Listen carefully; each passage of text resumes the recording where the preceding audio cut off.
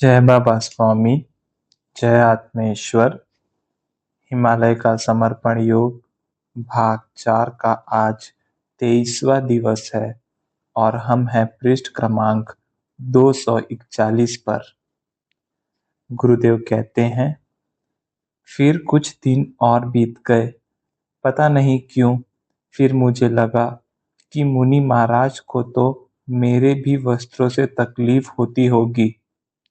फिर मैंने ही निर्णय लिया, मैं जब तक वहां रहूंगा मैं भी वस्त्रों का त्याग कर दूंगा। और ठीक ऐसा ही मैंने किया।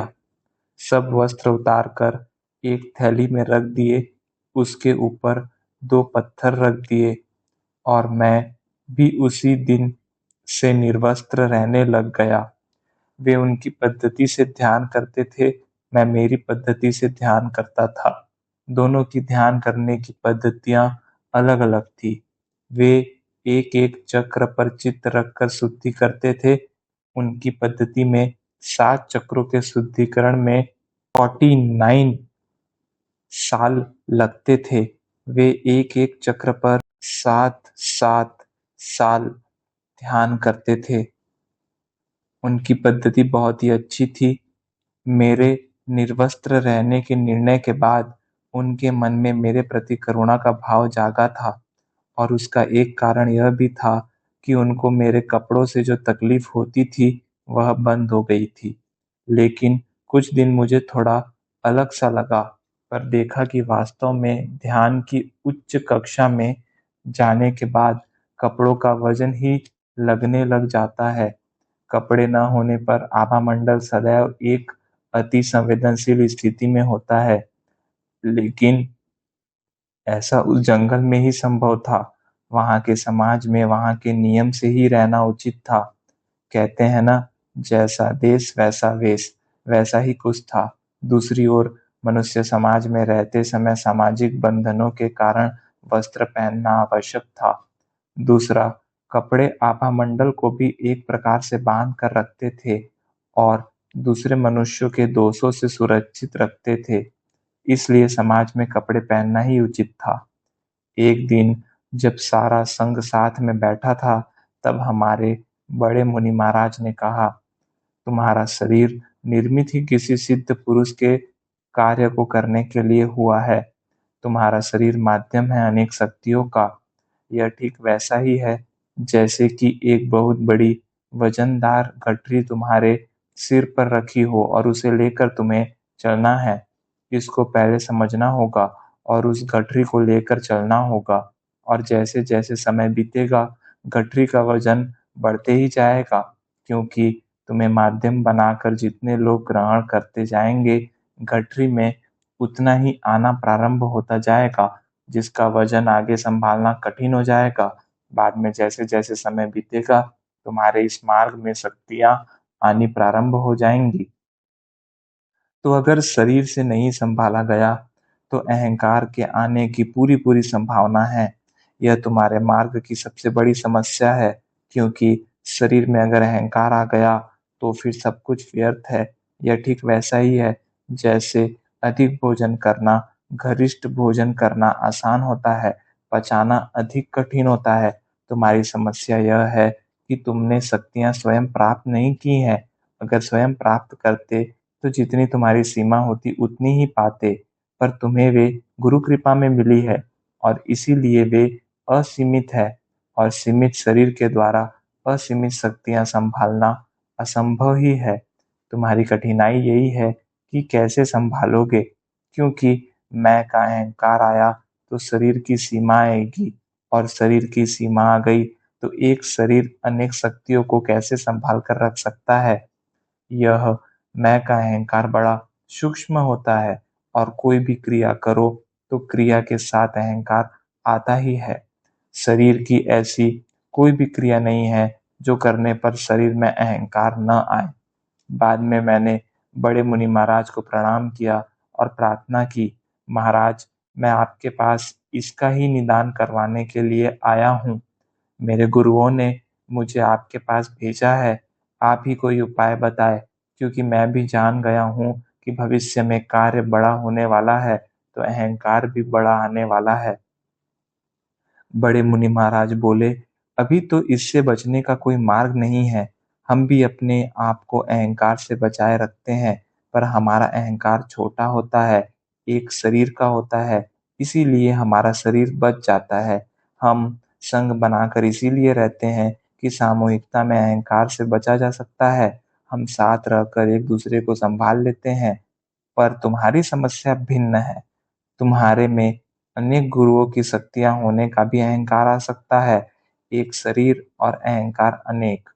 हमारे यहाँ अहंकार एक और शरीर अनेक। हम 45 मुनि इसीलिए साथ में रहते हैं। हमारे संग से जुड़ी हुई या जुड़ने वाली जो भी आत्मा जन्म लेती है, वह हमारे संग में आकर शामिल हो जाती है। हम सब समाज को छोड़कर आए हैं। वहां से आने के बाद आज तक कोई भी समाज में वापिस नहीं गया है और न कभी हम समाज में वापिस जाना चाहते हैं, क्योंकि अब हमारी संवेदनशीलता इतनी बढ़ गई है कि हम अब समाज में जा ही नहीं सकते हैं। हम केवल यहीं रहकर सामूहिकता में मोक्ष प्राप्ति करना चाहते हैं। तुम्हारी समस्या का हल अभी हमारे पास नहीं है। हमें तुम्हें जानने के लिए, समझने के लिए थोड़ा समय दो, फिर आगे अगर कुछ पता चला तो ही बता पाएंगे। ऐसा कहकर उन्होंने उस चर्चा को विराम दिया। हम सब वापस अपनी अपनी गुफा में चले गए। मैंने मन ही मन उनको धन्यवाद दिया, क्योंकि वे मेरे बारे में सोचेंगे उतना भी मेरे लिए आनंददायी था। मैं उस रात बड़ी शांति के साथ सो गया। सुबह उठा तो बड़ा ही प्रश्नचित्त था कि मेरी समस्या मुनि महाराज ने जान ली थी, तो वे कुछ न कुछ हल निकालते ही। समय बीत रहा था, वे मुझे समझने का प्रयास कर रहे थे और मैं उनको समझने का प्रयास कर रहा था। उनके सानिध्य में यह जाना कि केवल मनुष्य ही नहीं, बल्कि प्रत्येक जीव के प्रति भी अपने मन में दया का ही भाव होना चाहिए। प्रत्येक जीव में वही चेतना शक्ति विद्यमान है। प्राणी मात्र में केवल मनुष्य ऐसा है जो अपने भीतर की शक्तियों पर चित्त को केंद्रित कर उन शक्तियों को जागृत कर सकता है, और इसीलिए मनुष्य जन्म के बिना मोक्ष संभव ही नहीं है। मोक्ष प्राप्ति करना प्रत्येक मनुष्य का अधिकार है। आत्म जागृति प्राप्त करने के लिए ही प्रत्येक मनुष्य ने जन्म लिया है। मोक्ष पाने के लिए प्रत्येक मनुष्य को संगठन की आवश्यकता है, संघ की आवश्यकता है, क्योंकि भीतर के वातावरण को उचित अवस्था में बनाए रखने के लिए आसपास का वातावरण अनुकूल होना चाहिए, और यह तभी संभव है जब साधक ध्यान करने वाले योगियों के साथ ही रहे। तभी शरीर पर, मन पर, चित्त पर अच्छे संस्कार होंगे। जितने अच्छे संस्कार होंगे उतना ही अच्छा वातावरण बाहर बनेगा, और जितना अच्छा वातावरण बाहर बनेगा, भीतर का वातावरण भी उतना ही शुद्ध और शांत होगा। लेकिन इसके लिए एक दूसरे के सहारे की आवश्यकता है, संघ की आवश्यकता है। मनुष्य आधा अच्छा और आधा खराब है, तो एक मनुष्य अपने आप को संपूर्णतः अच्छा बनाना चाहे तो भी वह नहीं बना पाएगा। कोई भी मनुष्य नहीं बना पाएगा। वह अच्छा तभी बन पाएगा जब अच्छे लोगों की संगत करेगा। इसलिए संग में ही रहना आवश्यक है। उन मुनियों का भोजन भी नहीं के बराबर ही था। कभी कभार वे फल या पत्ते उबाल कर खा लेते थे। सभी मुनि प्रायः कम ही बात करते थे। अच्छे अच्छे इंजीनियरिंग, डॉक्टरी तक की पढ़ाई किए हुए शिक्षित मुनि थे। इतना पढ़ने के बाद भी जब जीवन में आनंद नहीं आया, तो शांति की तलाश में शांति का यह मार्ग उन्होंने अपना लिया था। उनके विचार से वस्त्र भी आध्यात्मिक स्थिति के बीच अवरोधी थे। जब हम प्रकृति के साथ एक रूपता स्थापित कर लेते हैं, तो जो प्राकृतिक नहीं है, वह आवरण हमारे और प्रकृति के बीच बाधक का काम करता है। यही कारण होगा कि केवल एक रेशम का वस्त्र पहनकर पूजा करते हैं। बाहरी वातावरण से शरीर से पहले वस्त्र प्रभावित होते हैं। अधिक समय तक वस्त्र पहनने पर उससे शरीर की बदबू आने लग जाती है, और अच्छे स्वच्छ वस्त्र पहनने पर हमें प्रसन्न लगता है। मन शुद्धि, तन की शुद्धि और वस्त्र की शुद्धि एक एक पादान है। वे वस्त्र की पादान रखते ही नहीं थे। उनके जगत में वस्त्र था ही नहीं, इसीलिए कोई प्रश्न ही नहीं था। मैं ही उनकी जीवन शैली का अभ्यास कर रहा था। मुझे भी उस समय लगा कि बिना वस्त्र के खुलकर सांस लेते आ रही है। शरीर पर कपड़े का जो वजन पड़ता था वह नहीं था। वैसे लुंगी कमर के नीचे होने के कारण उसका वजन नहीं पड़ता था। वह तो शरीर के आसपास ही होती थी, लेकिन कुर्ता शरीर के ऊपर होता था। कुर्ते का वजन दोनों कंधों के ऊपर आता था। मुझे मेरे गुरुदेव याद आए, जो केवल लिंग के ऊपर केले का एक पत्ता लंगोट जैसा बांधते थे। बस यही प्राकृतिक वस्त्र था जो रोज नया पहनते थे। वे मुनि तो वह भी नहीं पहनते थे। जो बड़े मुनि महाराज थे, उन्हें वहां तप करते हुए 60 सालों से भी अधिक समय हो गया था। वे ही सबसे अधिक अनुभवी थे। शरीर के सातों चक्रों पर 7-7 साल उन्होंने तपस्या की थी। एक एक चक्र पर 7-7 साल ध्यान करके एक एक चक्र को मजबूत किया था। ऐसे 49 सालों में अपनी साधना पूर्ण की थी। वे मूलाधार चक्र से शुरू करके सहस्त्रार चक्र तक जागृत कर लेते थे। ऐसी संपूर्ण साधना कर चुके मुनि वहां कम संख्या में ही थे। बाकी जो थे, उनमें से किसी के 2 चक्र पार थे, किसी के 4 चक्र पार थे। उस दिन मुझे गुरु कृपा में क्या मिला है, उसका एहसास हो गया। जो 49 सालों की तपस्या से मिलता है, वह एक क्षण में मिला था। वह केवल गुरु की कृपा के कारण संभव हो सका था। आध्यात्मिक मार्ग पर 49 सालों का सफर गुरुदेव की कृपा में पार हो गया था। इतना आगे तक उन्होंने पहुंचाया था। उसके बाद उस ऊंचाई पर स्वयं को बनाए रखना महत्वपूर्ण था और उसके आगे बढ़ना महत्वपूर्ण था। पहाड़ पर एकदम ऊंचाई पर जाओ तो प्राणवायु की कमी लगने लग जाती है, पर अगर धीरे धीरे ऊपर चढ़ो तो शरीर उसके लिए अभ्यस्त हो जाता है। उन मुनियों ने 7 चक्र 49 सालों की साधना में अभ्यस्त होते हुए चढ़े थे। उन्होंने जो प्राप्त किया था, वह उनके प्रयत्नों से प्राप्त किया था। अपनी साधना से वह प्राप्त किया था, क्रमबद्ध तरीके से प्राप्त किया था। इसलिए वे उसके अभ्यस्त थे। उन्हें गिरने का डर नहीं था, ऊंचाई का डर नहीं था, क्योंकि उनके जीवन में ऊंचाई समस्या नहीं थी। लेकिन मेरी ध्यान साधना में ऊंचाई ही समस्या थी, क्योंकि वह मैंने प्राप्त नहीं की थी, मुझे अनायास ही मिली थी। एक बार एक मुनि बोले, मोक्ष का संपूर्ण ज्ञान हो जाने के बाद जीवन में मोक्ष के सिवा दूसरा कोई लक्ष्य ही नहीं होता है। या तो सतत साधना से स्वयं शरीर में रहते हुए प्राप्त करो, या फिर मृत्यु होने पर भूत बनो और भूत योनि में किसी अन्य महात्मा की कृपा में प्राप्त करो। क्योंकि जीवन में संपूर्ण मोक्ष का ज्ञान हो जाने पर मनुष्य अगले मानव जन्म में नहीं जाता है। वह अगला जन्म कभी नहीं लेता है, क्योंकि वह इस योनि के मोह से मुक्त हो चुका होता है। पथ भ्रष्ट योगी भूत योनि में जाते हैं और फिर वहां किसी मोक्षदाता सद्गुरु की राह देखते बैठते हैं। वहां के वातावरण में कब सुबह होती थी और कब शाम होती थी, इसका भी पता नहीं चलता था।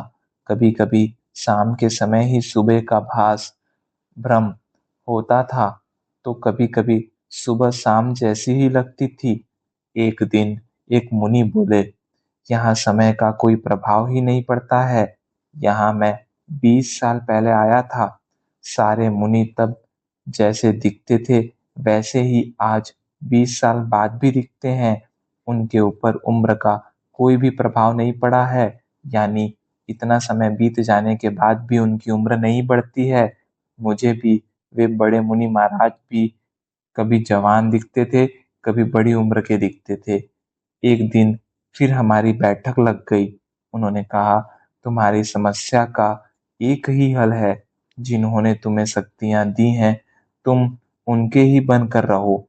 तुम्हारा अस्तित्व उनसे अलग नहीं होना चाहिए, क्योंकि जहां तुम्हारा अस्तित्व उनसे अलग हुआ तो तुम्हारे में अहंकार आ जाएगा। तुम्हारे जीवन में अनेक लोग आएंगे जो तुम्हारे गुणगान गाएंगे, लेकिन उनसे संभल कर रहना। ऐसे समय भी तुम अपने आप को केवल माध्यम समझना और अपने गुरुओं की शक्तियों के साथ जुड़े रहना। और शक्तियों से जुड़ने का एक ही मार्ग है, समर्पण, बस। और कोई रास्ता तुम्हारे पास नहीं है। अपने समूचे अस्तित्व को ही समर्पित कर दो, क्योंकि अनेक शक्तियों को एक शरीर कभी संभाल ही नहीं सकता है। इसलिए शरीर के अस्तित्व को खोना एकमात्र मार्ग है। तभी शरीर के अहंकार से बचा जा सकता है, क्योंकि शरीर है तो अहंकार आएगा ही। जिस प्रकार बिना मल मूत्र के कोई शरीर नहीं हो सकता है, ठीक वैसे ही बिना अहंकार के भी कोई शरीर नहीं हो सकता है। अहंकार भी शरीर का एक प्रकार का मैल ही है, जो शरीर व आत्मा के बीच रुकावट का काम करता है। दैनिक जीवन में तो यह आएगा ही, आसपास के वातावरण से आएगा, विचारों से आएगा। हमारे और तुम्हारे जीवन में जमीन आसमान का अंतर है। दोनों की साधना पद्धतियां अलग है। हमारी पद्धति में जैसे जैसे आध्यात्मिक स्थिति बढ़ती है, हमारे पास का वातावरण अनुकूल होता जाता है, और तुम्हारी पद्धति में तुम्हारी आध्यात्मिक स्थिति जैसे जैसे बढ़ती जाएगी, वातावरण प्रतिकूल होता जाएगा। हमारा लक्ष्य मोक्ष पाना है, तुम्हारा लक्ष्य मोक्ष देना है। पाने के लिए दूसरे की आवश्यकता नहीं होती, देने के लिए सदैव दूसरा चाहिए। और दूसरा शरीर आया तो दूसरे दोष भी आएंगे ही। दूसरे के दोषों से कैसे बचोगे? दो लकड़ियां का घर्षण करके हम आग उत्पन्न करते हैं। दो लकड़ियां घिसी तो आग उत्पन्न होगी ही। ठीक वैसे ही किसी भी शरीर ने कोई भी कार्य किया तो उस शरीर में मैंने इसलिए कर्ता भाव से मुक्ति प्राप्त करनी होगी। कार्य किया यह कभी मत सोचना। ऐसा सोचना हमें कार्य से बांधता है, और कार्य के साथ बंधे तो अहंकार आएगा ही। इसलिए सदैव यही मानो कि कार्य किया नहीं, कार्य हुआ। गुरु कार्य तो गुरु का कार्य है, और तुम्हारा गुरु कार्य तो अनेक गुरुओं का कार्य है। वह एक मनुष्य कैसे कर सकता है? गुरु कार्य तो होता है, गुरु कार्य कभी भी किया नहीं जा सकता है। तुम्हारी एक व्यक्ति की औकात है क्या अनेक व्यक्तियों का कार्य करने की? कभी नहीं। इसीलिए सदैव याद रखना कि गुरु कार्य हुआ है। यही एकमात्र मार्ग है अहंकार से बचने का। अन्यथा अहंकार आने की संभावना तुम्हारे आध्यात्मिक जीवन की सबसे बड़ी रुकावट है। जिन महान गुरुओं ने अपने कार्य का दायित्व तुम्हें सौंप रखा है, वे उन दायित्वों को पूर्ण करने के लिए अधिकार तो देंगे ही, और अधिकार आए तो अहंकार आएगा ही। तुम्हारी ध्यान पद्धति अनेक से एक तक की प्रक्रिया है, तो उन अनेक शक्तियों को संभाल सके उसके लिए उस एक को अनेक से जुड़ना होगा। तभी वह एक अपने अहंकार से बचा जा सकता है। तुम तो चींटी को गुरु बना लो। चींटी का स्वयं का अस्तित्व कुछ नहीं होता, एकदम छोटा सा जीव है। लेकिन यही जीव जब सामूहिकता में रहता है, हजारों की संख्या में रहता है, तो बड़े से बड़े सांप पर भी वह भारी पड़ता है। यह अहंकार का भी एक बड़े सांप जैसा ही है, जिसे सामूहिकता में ही नियंत्रण किया जा सकता है। एक चींटी पर तो एक बड़ा सांप सदैव भारी पड़ेगा। जिस प्रकार हम प्रतिदिन मल मूत्र का त्याग करते हैं, ठीक इसी प्रकार इस अहंकार के मैल का भी प्रतिदिन त्याग करना होगा, क्योंकि यह भी मल मूत्र के समान रोज रोज निर्मित होता ही रहता है। यह अहंकार का मैल भी रोज त्यागना होगा। इसलिए इस गुरु कार्य को भी करो मत, होने दो। अन्यथा तुम ही तुम्हारा कार्य बढ़ा लोगे और उस कार्य में ही उलझे रहोगे, और कार्य का विस्तार तुम्हारे जीवन काल में नहीं होगा। यदि तुम्हारे शिष्य तुम्हारे शरीर से जुड़े रहेंगे और तुम उनके तो वे तो अपने जीवन काल में मोक्ष प्राप्ति कर ही नहीं सकेंगे, और मोक्ष का ज्ञान उन्हें नया जन्म नहीं लेने देगा, और वे भूत बनकर फिर तुम्हारे सामने मोक्ष मांगने आएंगे। यानी तुम्हारा कार्य दुगना हो जाएगा। उनके जीवन काल में उन्हें आत्मज्ञान कराओ और उनके मरने के बाद उनको मोक्ष दो। इस परिस्थिति में तुम्हारा ही कार्य बढ़ेगा। तुम्हारे कार्य के विस्तार में तुम्हारे ही साधक बाधक सिद्ध होंगे। इसीलिए उन्हें अपने शरीर के आकर्षण से दूर रखो, उन्हें उनका मार्ग बताओ और उनको समर्पित होने दो, और उनके जीवन काल में ही मोक्ष प्राप्त करने दो। उनको आत्मनिर्भर होने दो। माँ अपने बड़े बच्चों को पैदल ही चलने देती है। अगर बड़े बच्चों को भी माँ गोद में ही लेकर चले तो बच्चे चलना कब सीखेंगे। उनका तुम्हारे प्रति मोह और तुम्हारा उनके प्रति मोह दोनों के लिए ही नुकसानदायक है। एक ओर साधकों के मोक्ष के मार्ग में बाधा है, और दूसरी ओर तुम तुम्हारा कार्य बढ़ा रहे हो। उन्हें तुम्हारे शरीर के प्रति नहीं, तुम्हारे अंदर से बहने वाली शक्तियों के प्रति समर्पित होने दो। ये सब गलतियां वे करेंगे ही, पर अगर तुम भी वह गलती करोगे तो तुम्हारे और उनके बीच क्या अंतर रह जाएगा। शिष्य अगर गलती करता है क्षम्य है, पर गुरु अगर गलती करता है अक्षम्य है। इसीलिए सदैव याद रखो, जब भी लगे कि साधक भटक रहे हैं तो कार्य का विस्तार रोक देना। तुम्हारे जीवन काल में यह खतरा तो बना ही रहेगा। इसीलिए कार्य रोक रोक कर करना। कार्य का तो बहुत बड़ा विस्तार होने वाला है, लेकिन वह तुम्हारे जीवन काल के बाद में होने दो, तब वह अधिक सुरक्षित होगा। जय बाबा स्वामी, जय आत्मेश्वर।